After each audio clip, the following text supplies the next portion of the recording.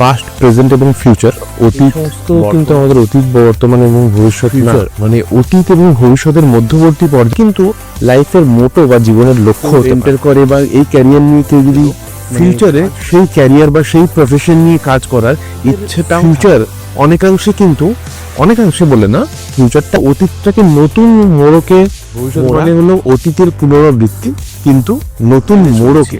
অতীতে যা প্রোগ্রামিং হয়েছে সেই প্রোগ্রামিংটাকে আমরা প্রসিড করছি শুধুমাত্র। প্রত্যেকে যদি আমরা দেখি, আমরা ঘুম থেকে উঠি প্রথমে, এই যে সমস্যাটা হচ্ছে, এই সমস্যাটাকে সমাধান পেতে হলে তাহলে কিন্তু জিজ্ঞেস করতে পারে যে আমরা কি জীবিত, না আমরা শুধুমাত্র, না আমরা ভবিষ্যতের ভাবনা নিয়ে মজে থাকবো। একটা এক্সাম্পল দিয়ে আমি বলতে পারি যে সাপোজ কোনো একটা বীজটাকে খুব যত্ন করছি যাতে ভবিষ্যতে সে একটা গাছে পরিণত হবে, গাছ বলে কি হবে, এবং তারপরে যে ভবিষ্যতে সে আমাকে সেই যত্নটা ফেরত দেবে। যে আমাদের অতীতকে নিয়ে চিন্তা সুন্দর তখনই হবে যখন আমরা ভবিষ্যতেও ভাববো